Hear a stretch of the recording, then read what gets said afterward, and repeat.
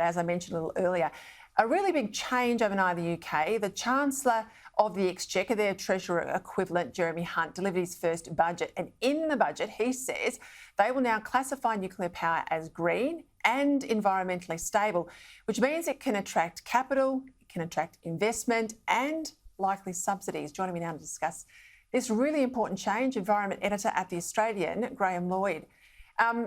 I mentioned the corporate dollars, of course, but, you know, it'll get tax breaks, it'll get subsidies, all the things that we're seeing go to wind and solar. What do you think of the move? Well, it's a dramatic move, Peter. The shoe has dropped.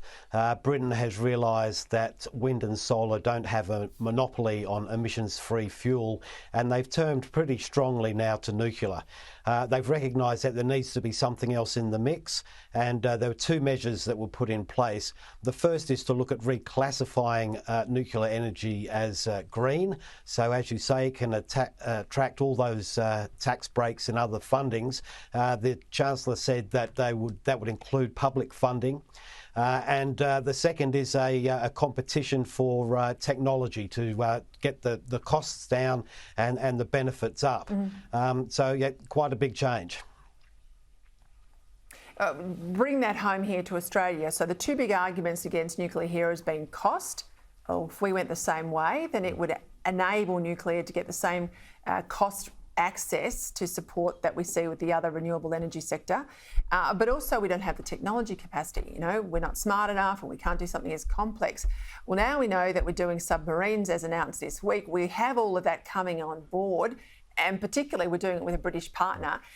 Are you hopeful, hearing everything around AUKUS, that we now may have a domestic nuclear power industry, at least in a few decades' time? Well, I think everything is pointing in that direction. The big race is on. The most telling point from the announcement in the UK overnight was the fury with which it was greeted by the renewables industry, who don't want to share any of the subsidies or funding giveaways around. The truth is that there's a lot of very serious investment now in new nuclear technologies. There's an appreciation that something is needed to firm up wind generation in particular.